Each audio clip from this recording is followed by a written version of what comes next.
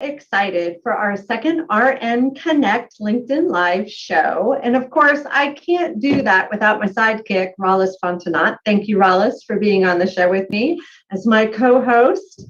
And I am really pleased, not only for the topic that we're about to discuss, but for the very distinguished guests that we have on our show today. I'm just like I have this girl crush on these ladies. I can't help myself. So LeighAnn Sidone, who is our Chief Nursing Officer and VP of Nursing here at Suburban Hospital. We're part of the Johns Hopkins Medicine Group. Welcome, LeighAnn. Thank you. And then Karin, and I believe your official title is Director of Professional Practice and everything else, right? That's right. Yeah, a little quality thrown in there. That's right. Practice all kinds of stuff. So, I think that I'd love to have you guys actually talk a little bit about your own personal and professional journey as a nurse. And you can talk about Suburban. I'm okay with us talking about Suburban Hospital because it's part of the journey and it's part of that story. So Karin, let's start with you to say, how you got to this role. What does this role look like? How did it evolve? Because today's conversation is all about a hospital that has been on a journey or has already made the journey. And what does it look like to be a nurse in a magnet facility? And is that magnet journey worth it? So we're going to dive deep into that, but I feel like I want to frame it up with some background on all of us. So go ahead, Karin. So it's interesting that we're starting this way because LeighAnn and I, we are like Suburban born and bred. So for me, I've been here over 35 years and I started as a new grad. And so I've had some wonderful opportunities as I developed as a nurse and grew professionally to step into a variety of different roles, education, clinical, leadership, and I loved every single opportunity that was provided to me. And I think it did help shape me to be able to prepare myself for this role. I was introduced to our nursing council structure back, LeighAnn, 2010. So I was asked to be the first chairperson of our professional development council. So that was our first kind of dive into creating a council structure where frontline nurses could be brought together at a table and shape and frame how we want to practice, help make decisions about our practice, and be involved in decision makings that directly impacted us and the care that we delivered. So, fast forward to where we are now, I'm the second person in this job that LeighAnn created. It was along with her kind of framing us and getting us ready to be able to do this work. She created the professional practice and quality role. And she helped shepherd all of us in our different nursing councils, which really started to be more management heavy and educator heavy. And as we grew and developed, being able to coax in and bring in our clinical frontline nurses, protecting the time that they could come and be at the table and make these decisions. It was something very special. And it could be small things like picking certain products that we wanted, bigger things like really creating a whole model about how we're going to practice and deliver the care that we do here. So it's just been one of the best things I've ever done was take this job, work alongside LeighAnn to be in front of all of our nurses and do some really great work and to have it all culminate 10 years later and be able to have ANCC come into our facility and be able to demonstrate all the work that we have done for our patients and share the outcomes that are a result of that. It was something I've never experienced before, and it was just so rewarding. LeighAnn has helped me grow as a nurse leader by forcing me to get out there and speak and go to all these executive meetings and say this is why hey, this is why this is important.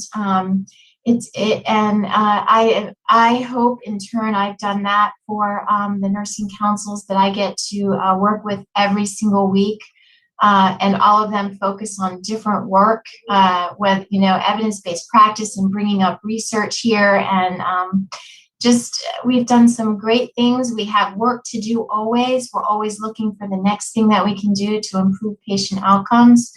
So every day is a different day, and I love every single day. And becoming Magnet, I think, has really, it's hard to express, but it feels, it's something where we had and then we achieved. Like, you already practice that way. It's who you are. It's what we do. And then this was just a validation of all that work. So I hope I didn't say too. I love all of that. And if you are watching, we would love to hear your comments and your thoughts. Please pipe in. I mean, do you have a role like this at your organization? Are you on that Magnet journey? We're going to talk about that journey and what that looks like. And you've already answered so many questions just in your intro, which is fantastic. But I'd love to hear from the folks that are watching and, hear where you think that you have great opportunities or where you've got great strengths, as I feel like we do here. And then, LeighAnn, tell us your story. Share your journey with us. Oh, well, as Karin said, we've both been here a really long time, and I think that's pretty unique in an organization. I've been here, if I count my years as a patient care tech, which I was when I was in nursing school here, it goes back about 31 years. And then I was I'm an oncology nurse by background, so I was a frontline oncology nurse, and then moved up into head number of management roles. And it was oh gosh, I had just graduated from my master's in 2008, and I was managing an oncology unit and a surgical unit, and loved being a manager, and just really couldn't see myself really doing anything else. And the CNO at the time came to me and said, we're going to create this job, and it doesn't have a job description, but I'd like you to try to figure out how to help us get towards Magnet and improve practice and quality. And I was like, oh, I don't know. I kind of like what I'm doing. I'm good here. I don't think I have the credentials or the experience to do what you need me to do. It just sounded like a really big job. So with a lot more coaxing, and she was always somebody that could find things in me that I could never find in myself, which is a wonderful thing in a mentor. And so I thought, I'll give it a try. So I took the job that Karin is now in. And had the wonderful ability to be able to kind of craft it into what I felt we needed here, and reach out to other organizations, because I didn't have the experience. I needed to find mentors and others who could help guide me and that were in similar roles. And I think what you find is that there's no right or wrong way to do it. You just need to sort of kind of sample what's happening out there in the environment, and then see what works for you, and try some things, and some things work and some things don't. So it was the most wonderful, I loved that job too, and did it for a really long time. And I remember when I first took it, they said, well, how long do you think, it will take you to apply for Magnet? And I said, oh, I want to be able to do this in 3 years. Which was so naive. I mean, we had really good bones and infrastructure, but we needed so much. It's just so much more than just applying for some, credentialing. So it ended up actually taking us 10 years. And not to frighten anybody off, but, life, we're working in a hospital. It's real. There's things that come along, and you have lots of priorities and lots of things. And if you really want to build the culture to sustain itself and just be who you are each and every day, you have to take that time. And so we waited a really long time before we put in the application. And so I became the chief nursing officer about 6 years ago, when my then CNO became the president. And then I had the wonderful opportunity to pull Karin in behind me. So together we've, and along with the entire organization, really, we've been able to really lift nursing up, and to be able to see the change that has happened here over the last 10, 20 years, and then where nursing sits now at the table has been really breathtaking. You know, I think it's interesting that you talk about that journey being 10 years, and I really don't know how long the magnet journey takes from one organization to the next, but, and correct me if I'm wrong, I want to say this, LeighAnn will know and Karin will know, I believe only 8% of hospitals in the world have the magnet designation. And as we found out, as I found out very naively, I guess I thought it was just a thing in the United States. But when we went to the magnet celebration in 2019, which now seems like it was decades ago with everything we've been through since then, we were meeting hospitals from all over the world. Yes, internationally, yeah. Yeah, I mean that, like, I remember seeing nurses from Israel and Lebanon and hospitals right next door to each other and from different parts of the country and world that I was just overwhelmed with what it means. So, you know, why would, for those people that are interested or on that journey or even thinking about it, why would a hospital want to pursue the magnet designation? What does that mean? So to me, you know, having the first role in that, the first job in that role, for me, it kind of laid out all the standards that go along with magnet, which are like 69 different standards. You know, it really was a playbook that helped guide us towards nursing quality, towards nursing governance, towards autonomy. It really, all those individual standards so uniquely helps you craft your nursing structures and processes in a way that really leads you to these amazing outcomes. So amazing outcomes with nurse engagement, which we are blessed to have wonderful nurse engagement here. You know, patient outcomes and organizational outcomes, because it really is a whole organization effort. But to me, it's the right thing to do for the patient because they're really at the sharp end of it all. But I do think it is the right thing to do for your staff. I think it really keeps leaders focused on caring for their staff as much as they care for their patients. Absolutely. Karin, I am curious, and LeighAnn both, so I know that it's a nursing designation for magnet, but here at Suburban, we are one big family, and it's funny, every year we honor nursing, we honor the partners to nursing, right? People that help us do our job. So how do you think the rest of a hospital can help support that nursing journey? Because it's not just a nursing journey, it's a hospital journey. What does that look like? You know, our essential services, we couldn't do the work that we do without them by our side. So we recognize that this is considered nursing, but we have always said and truly believe that it's an organizational gift that we have. Part of our site visit was sharing, demonstrating how we partner with our essential services teams to produce outcomes. So we were able to give a presentation, and we involved, we had Jean Chornock and her purchasing and distribution team.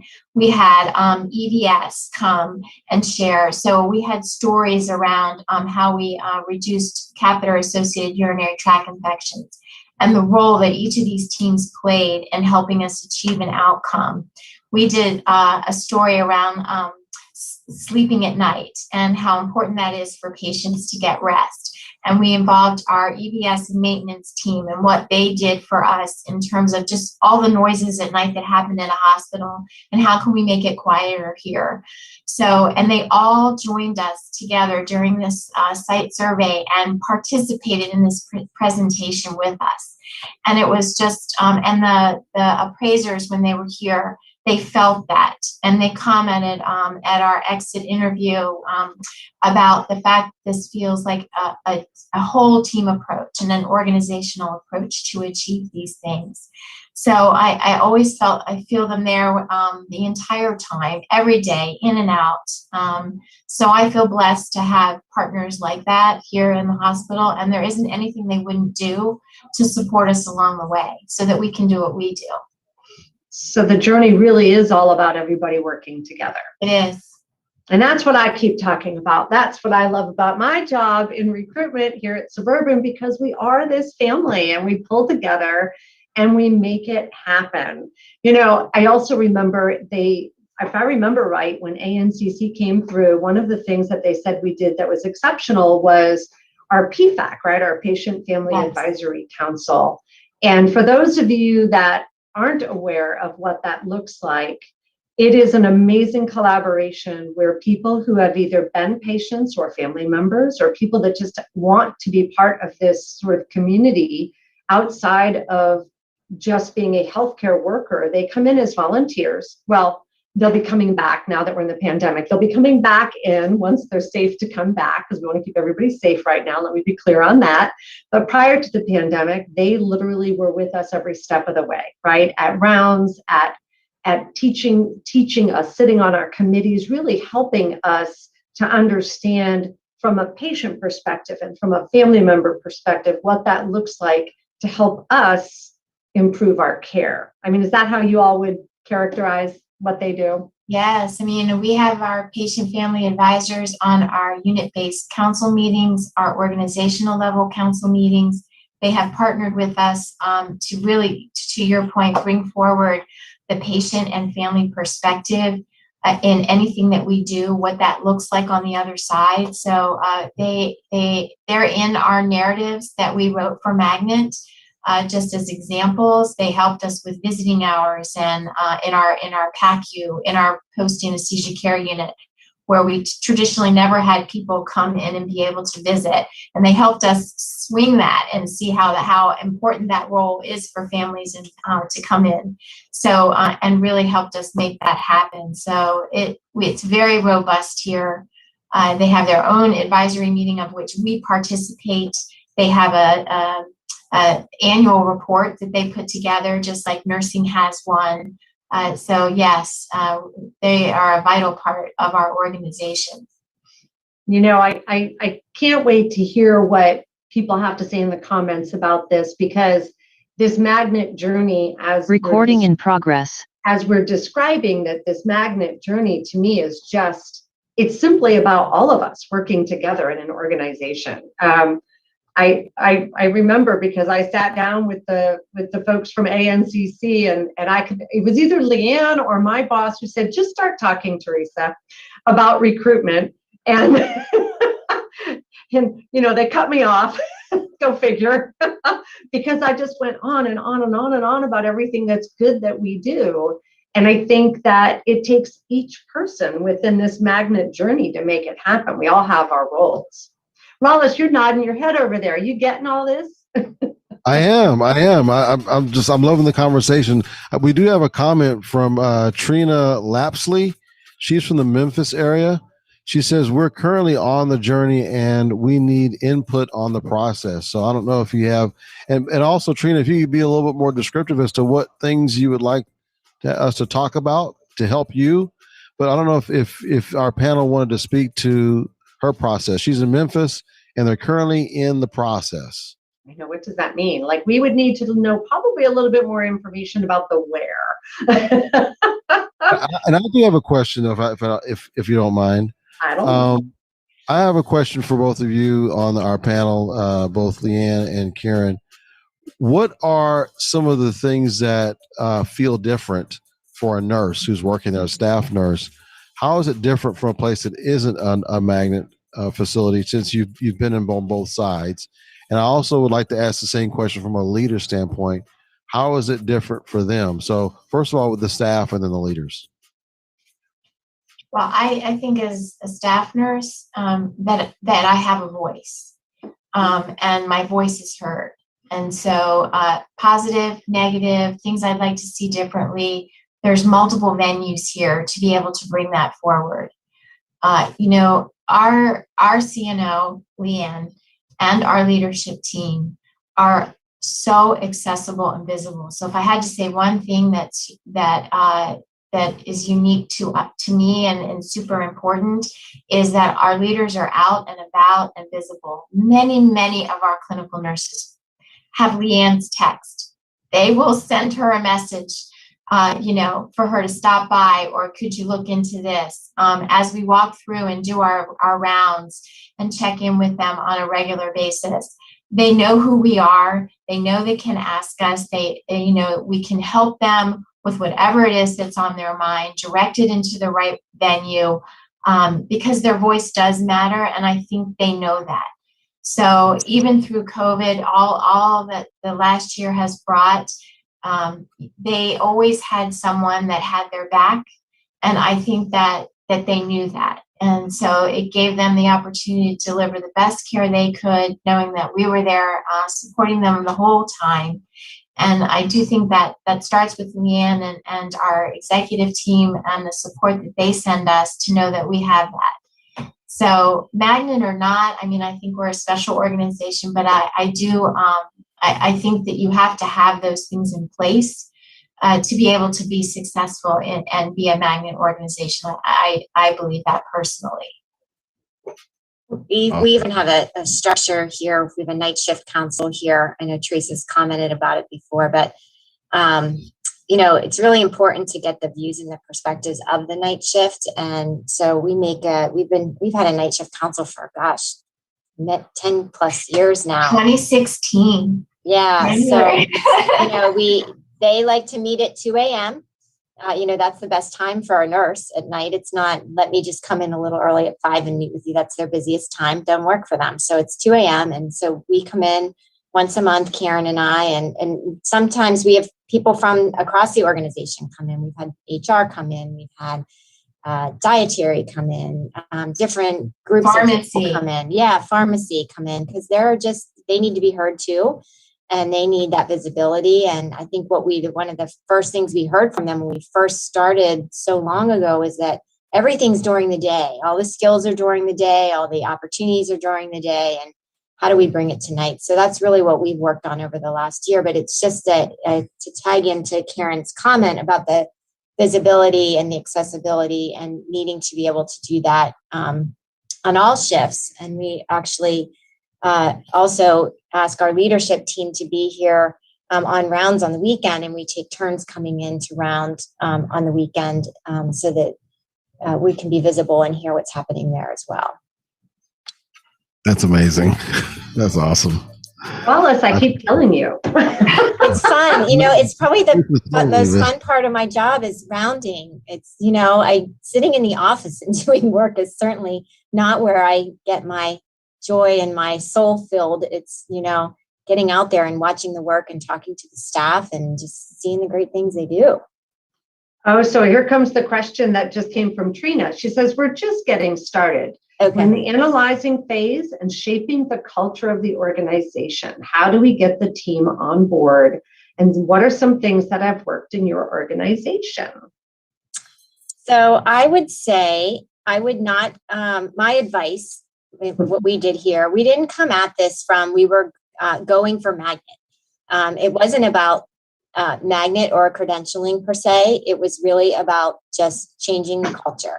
So we always made it about nursing excellence. We made it about our profession, about quality, about our patients, about autonomy.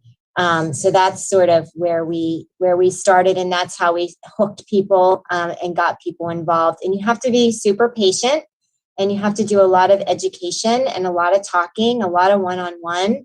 And I think probably the first thing you do need to do is help your leadership understand what does that mean to them as a leader, as a manager.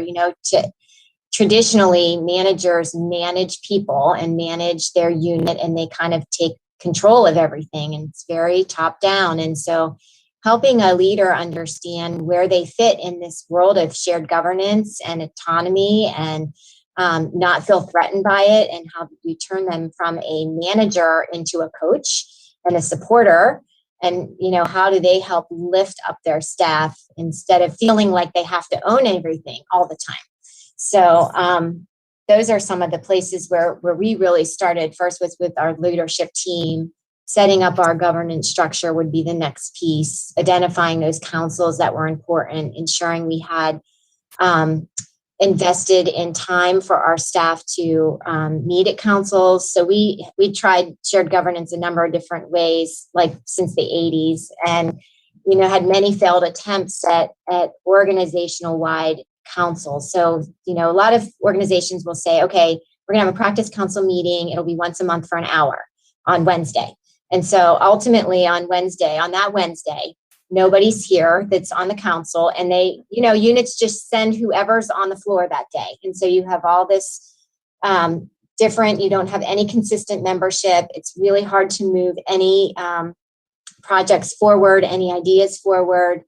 And so we had that, and it didn't work. So what we found that we had to do was we had to invest the time in saying, okay, we are going to invest 6 hours every Friday to a different council. This is the amount of time that we feel like staff will be willing to come in on their day off. Yes, they're paid, but they come off the schedule. They're in a meeting room. They're not working, and they can work and together and build as a team and then move things forward. And that's really, I think, what helped propel us forward, is really having to have the time. And no matter what struggles we have, and sometimes, staffing's a struggle, and you got to go take care of patients first. But we always stay true to our councils and giving them what they need. And they help us decide what gets worked on there.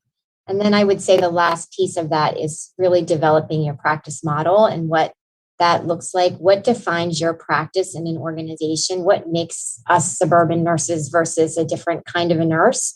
And really bringing that model forward.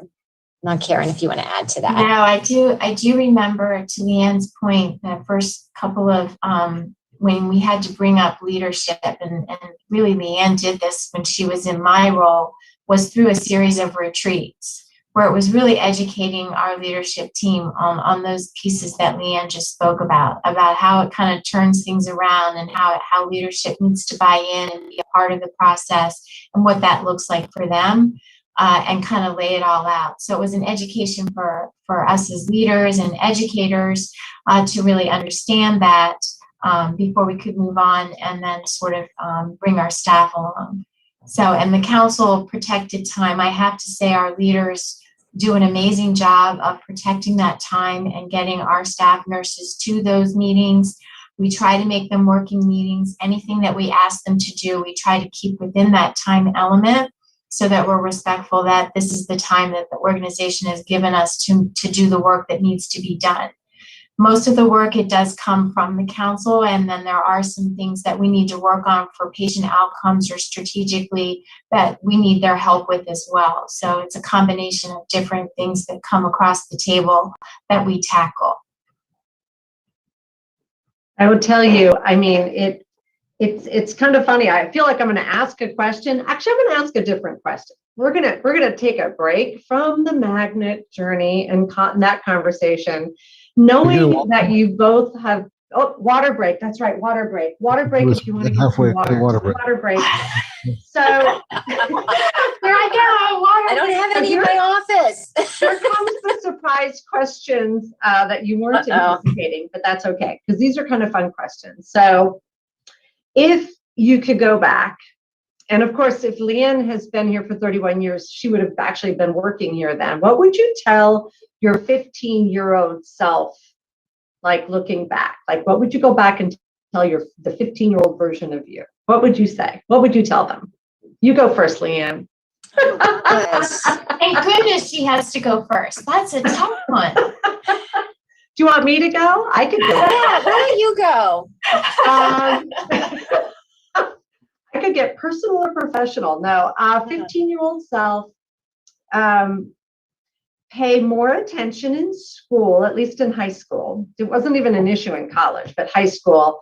And make sure that I talk to the recruiter in the Air Force. See those recruiters, you got to be careful with them. Make sure I had a better conversation with the recruiter when I was going into the Air Force, so I didn't end up in the first job I ended up in. And I say that, and as soon as, because my first job was in the Air Force at 17, and I was talking to the recruiter at 15. But my first job is actually what got me into the hospital, and it actually was working in diet therapy, believe it or not, in a hospital dining facility in a military base. So maybe I would just say, keep doing what you're doing. I don't know if it's cheesy or not, but I like where I am and, you know, the steps that I took to get it and the, you know, the path that I chose. I enjoyed each direction that I took.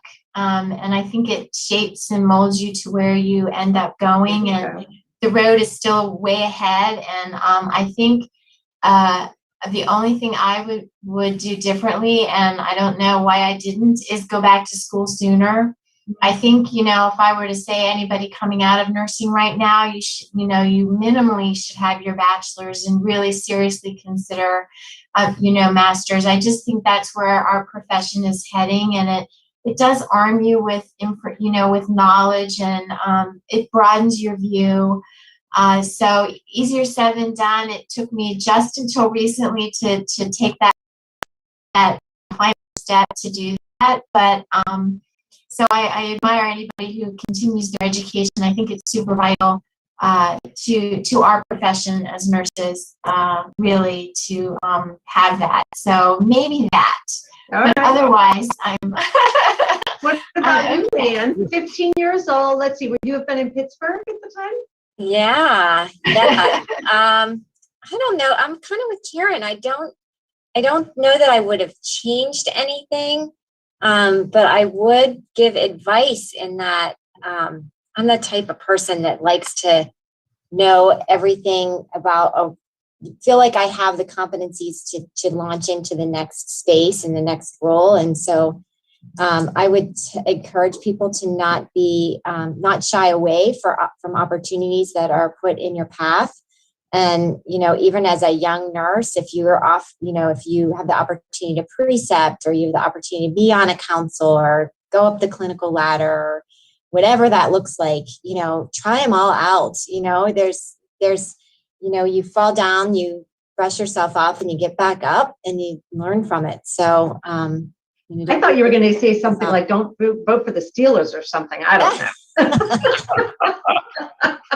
I would say that. I would. Go Skid. Or Washington football team. So, you know, this is so much wonderful conversation. I think about it when I talk to nurses that are interested in coming here. And when I ask them why Suburban, right? Because we have 6 hospitals in this county alone, and we're right on the corner of DC, and we've got a lot of options for people, and Virginia's right around the corner. And I think that one of the things that nurses look for, at least from my perspective, is they want to know, are you a magnet facility? And what I try to turn on them just a little bit is like, well, why is that important to you? You know, what about being magnet? What does that mean? And it's kind of fun. New grads, they just know that the nurses or the recruiters tell them to ask if it's a magnet facility, because there's a certain quality, right? So what do you think, like, why should a nurse want to work at a magnet facility? Why a magnet hospital? What does that mean? What's your why? I think it's, you know, all the things that we said earlier. You know, I think it's just it shows an organizational commitment towards nursing, towards patients and outcomes. And please don't get me wrong, just because you may not be designated as magnet doesn't mean that you don't care about those things. That's not it at all. It's just you've taken that extra step to kind of put it out, validate. Mm-hmm. Mm-hmm. It is. It's an investment in nursing. But I agree with LeighAnn. I mean, we waited 10 years before we took the plunge and put in our application and actually got magnet. But I do feel we had those things and processes in place before we did all that. So, you know, we probably could have done it sooner, but we wanted to be extra sure that we were going to hit the muster, but we did. We had all of that aligned, and we chose to go for it to validate that we were able to meet all of these things in this book. Which is, you know, and I actually on my desk. I have to bring this up. So, and Rollis isn't aware of this, so this is a surprise for the show. But so we had a theme when we had our site visit, and the theme, put it up here so people can see it, was basically sort of a take, not sort of, it was a take on the Wizard of Oz, and there's no place like home. So you'll notice that's our professional practice pin, which is actually right behind Karin as well. So how did that happen? How did that, there's no place like home? And tell me about the fun things that we did, because we had some fun. Like Rollis, I'll have to post the video that we did for the welcoming when the magnet site visitors came, because people were dressed up. Like these ladies, they were, yeah. That'd be cool. Leanne, we were at a magnet conference and the weather was bad, right? Was it? And so we weren't even sure we were going to be able to see the conference, and we were sitting around a table, and I believe it, if it wasn't the first retreat I was responsible for, maybe the second, we always had a theme around our retreats. And that it gave me a lot of anxiety. I wanted to do something fun. And, you know, it was one of my first efforts at pulling it together. So we were just sitting around a table. The weather's bad. They're talking about tornadoes. Yeah, tornadoes. And we were in Florida talking about being evacuated. And we're like, we're not even going to get to this conference. And we brainstormed this Wizard of Oz and how fun that would be. And the next thing you know, LeighAnn is Glenda and I'm Dorothy. And we have lions, tigers, and bears, which are all our nursing sensitive outcomes, you know, our falls, our pressure injuries, our cauties and collapses. And it just took a life of its own. So it was so much fun that we held to it. And I have things in my office that are just framed that way, but we did videos around it. It really did take a life of its own, but everybody related to it. People bought red shoes for our appraiser visit. We all were wearing red shoes. The entire organization, EVS had red shoes on. Yeah. Facilities, the guy had red shoes. Yeah. Awesome. It was amazing. We took a theme so far. We heard so many things off the internet for Wizard of Oz. They're probably wondering what we were doing, but Karin and I, we took it so far as that the day that we delivered our application. So it's just now a little thumb drive. It used to be a big book of documents, but it was a little thumb drive, and we wanted to deliver it ourselves because the office is right here in Silver Springs, real close by. So we actually dressed up in costume. I had like a pink tutu on and and Karin was dressed up as Dorothy, and we ran through the streets of Silver Spring, and we showed up at the office dressed up like Dorothy and Glenda. And then before we turned over our thumb drive in the envelope, it was blessed with Glenda's magic wand, which LeighAnn had in her hand. And apparently we made the circuit because everybody was talking about these two people who delivered their magnet document to the office in costume. So a lot of the ANCC appraisers heard about us. We like to have fun here. Yeah. And I live around the corner from where ANCC is located. And I think I actually saw something in our local Silver Spring News about interesting people walking down Georgia Avenue. Heading to the A&A building. It was really fun. We had shirts and all kinds of. I think the whole hospital we all had. Everybody got a shirt, and then the nice thing was everybody got a shirt with the magnet insignia on it. Once we achieved magnet, so we had the No Place Like Home shirts with the magnet logo on it. So that was really special for the whole organization. I still have my red shoes. That's right. Yeah. I don't think that it's necessary, but I think advice to our friends in Tennessee, but anybody else, I mean, like you said, it took on a life of its own. You gave it a theme and it made it fun, right? And you attached important things like our lions, tigers, and bears, those bad outcomes, and you wove it into the story, which really helped, I think, people focus and have fun with it at the same time, because it should be fun. It should be fun. This isn't about we must get this done. No, it was so fun. It really was. It was. And hard work. I mean, it's hard to get your outcomes where you need to be. And, you take 3 steps forward, 2 back, and then you think, well, we have to do something different. But having frontline staff weigh in on that to make the difference is really, I think, how we get there, because they help us get there. Oh, absolutely. I think having a seat at the table is something that, and I always tell Rollis this, and LeighAnn knows this. Karin probably knows this too, but, as a person who is a nurse, but is also a recruiter, my product is the people. And it's the people that are delivering the care to potentially my mom, or me, or my loved ones. And it's like, I have such great faith in the organization. And I think for anybody who's looking to go down this path of this magnet journey, you need to ask yourself that hard question is like, do you have faith in your organization? And if you need to change your culture, well, you need to start there before you start thinking about a magnet journey. I think you have to get your basics and your core elements of who you are and what does your leadership look like. I don't think anybody is as blessed as we are from a leadership perspective, from the support that our frontline nurses and anybody in our hospital receives.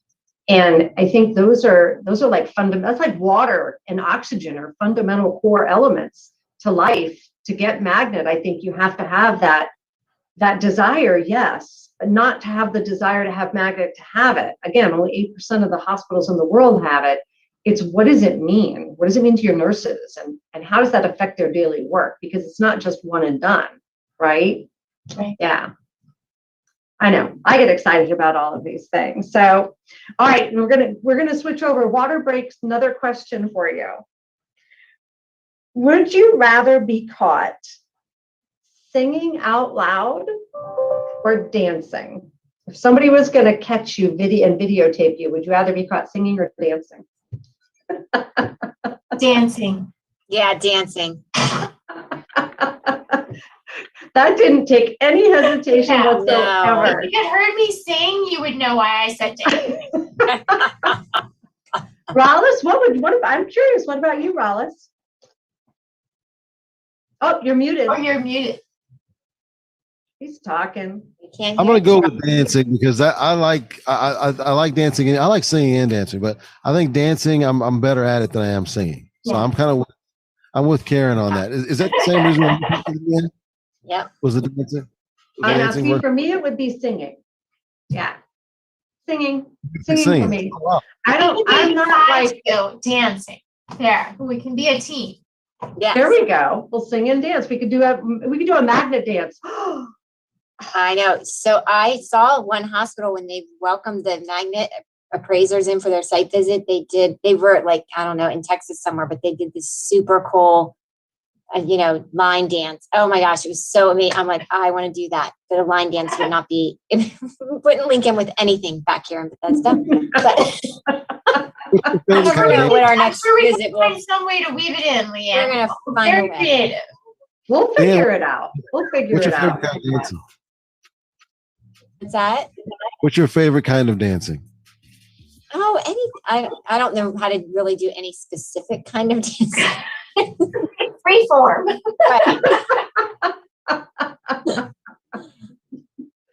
No, we're going to figure this out. We'll have I used to belong when I lived out on the West Coast and I worked for a healthcare system. I was part of a recognition team.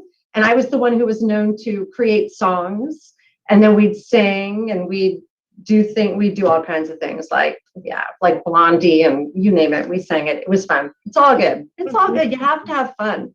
At the end of the day, what we do in healthcare in a hospital setting, well, even beyond the pandemic, beyond COVID, it's still hard every day. It's just been made more difficult, but I am just thrilled with this whole conversation. And I think if you were going to give a piece of advice to a CNO, LeighAnn, we all talked about all of this, but just like that one step, is it about something about you as a CNO? Is it something about where do you start? Like with the staff?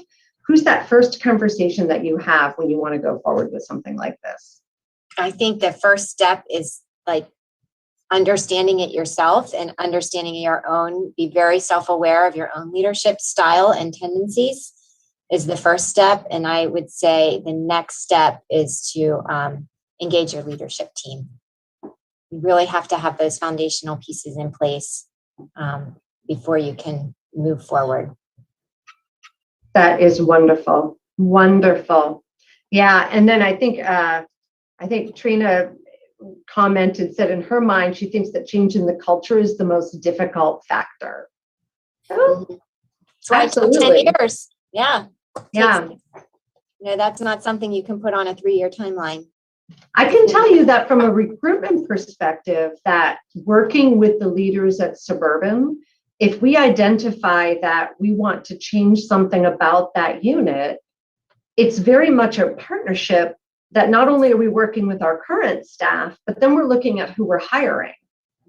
So I'm not really fond of hiring people that aren't vested in the organization and in themselves, right? I mean, like, for instance, in our critical care areas, Kim Kelly, who's our director, she has been the past president of our local area chapter of AACN. She loves people that are curious. They want to learn. They constantly want to grow. And that is something that she is very passionate about.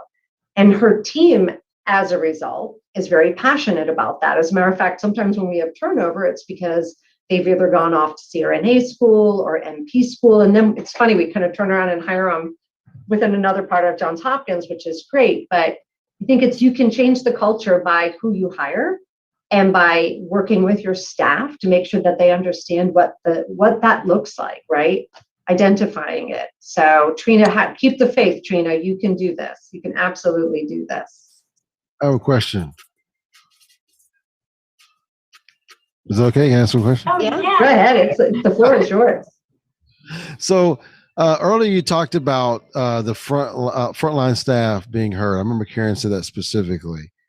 What did you embed in your culture where someone who gives a suggestion not only is heard, but possibly sees it implemented? Because I know I've heard from a lot of nurses that they feel like they make suggestions, but they never get moved on, or they're never actually heard, or it never actually makes it to leadership. So are there anything you can point to between yourself, Karin, or LeighAnn, that is embedded in your culture where those suggestions do get up, get considered all the way up? Sure. I mean, those happen all the time within the nursing council, but we actually have a nursing referral format. So on our intranet page, any nurse anywhere can submit a referral. So they can ask a question about a product. Why do we use this product instead of this product? Or I went to a conference and I learned about X, Y, and Z. Is that something that we should consider here? Why do we do it this way and not that way? So depending on whatever that question is, it comes through me, and we vet it to the right nursing council. And then they do their work to investigate it further. So it could be a change in practice. It could go to our evidence-based practice council to look at why we do a certain procedure a certain way. Is it the best way? We do literature reviews. We substantiate whatever it is that we need to change, and then we make it happen. And then we get that word back to that nurse to say, thank you so much. This is where we are. There is a closing of the loop. Sometimes we learn that our practice shouldn't change. Maybe it is the way it should be, and that product, that their peers took a good look at the product, and we've determined that it's not really something we should be moving forward on, and these are the reasons why. And so being able to loop back that answer as well. So that's just one example, and we've had that in place. That was something LeighAnn started, when we brought up our nursing council structure, and it really ties every nurse in the building, gives them an avenue, not just through their council rep, but just at any point in time, they could submit that referral and ask that question. It's awesome. That is wonderful. That is wonderful. And I know we're coming up close, and I know how busy LeighAnn and Karin are, but I have one more interesting question for you. So, LeighAnn, I'll let you go first. If you had to describe 3 hashtags, what are 3 hashtags that would describe you? Hashtag Suburban Strong. No fair, I want that one. I know. Oh boy. Hashtag. Hey, LeighAnn, how about hashtag grace, gratitude, and grit? Yes, that's it. behind Theresa. Like right behind you. Yeah. Yes, that's it. And actually, it's been on my post, but I do have to share. She that was LeighAnn's probably second time to Silver Spring.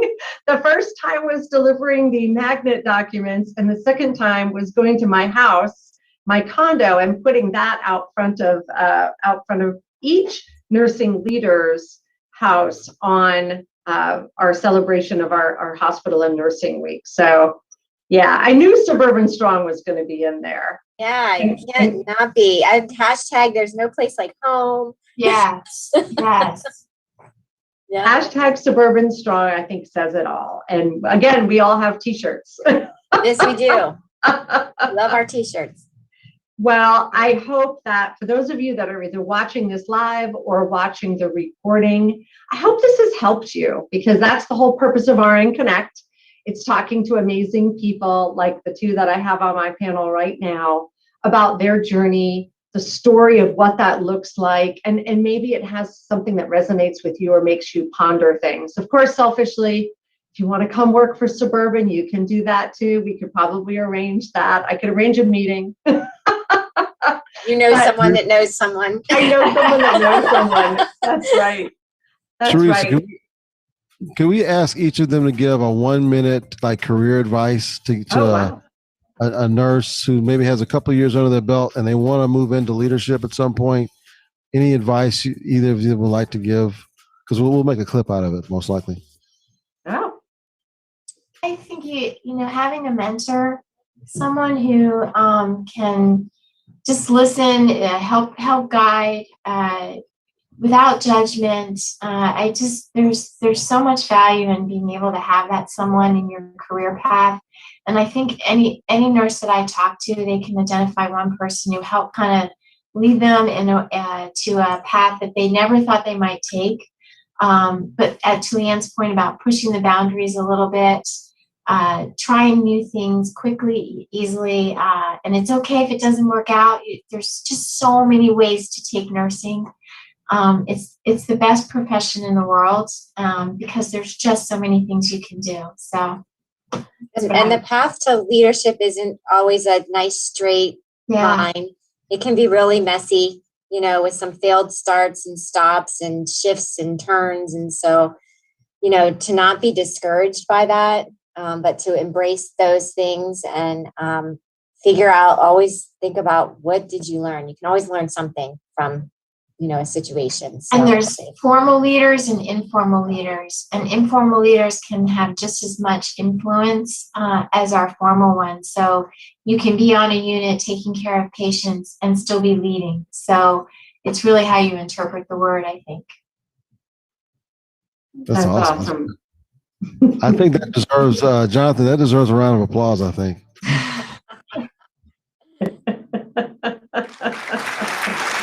Here we go. Oh, there you go. Oh my goodness. Well, I think that is going to conclude my second show. I don't even know if I should do another show because this is perfect. This is absolutely perfect. But this conversation will continue. There's so much to talk about with regard to being a nurse and connecting the dots to an amazing profession. There are so many paths that you can take as a nurse, and I can just say that this particular organization within Suburban Hospital, we are lucky that you two both have taken the path that you've been on this journey for many, many years, and we are so blessed to have you. So thank you so much, both of you. We are blessed to have you too. Yes, we are. Having all these awesome people to come work here. There you go. Hashtag Suburban Strong. Also, Tina gives her regards. She says, excellent, great conversation today. Thank you, ladies and gentlemen. So she appreciated y'all. Oh, thank you. Helping one person at a time. That's right. Thank you, Rollis. No problem. It's all good. And are we still live? We're going to say bye to everybody, right? Let's see. We can say bye to everybody. Bye. Thank you. Let's stay on for a second, and then Jonathan will let us know when he's going to cut it off. All right. Very good. It's all good. That was great.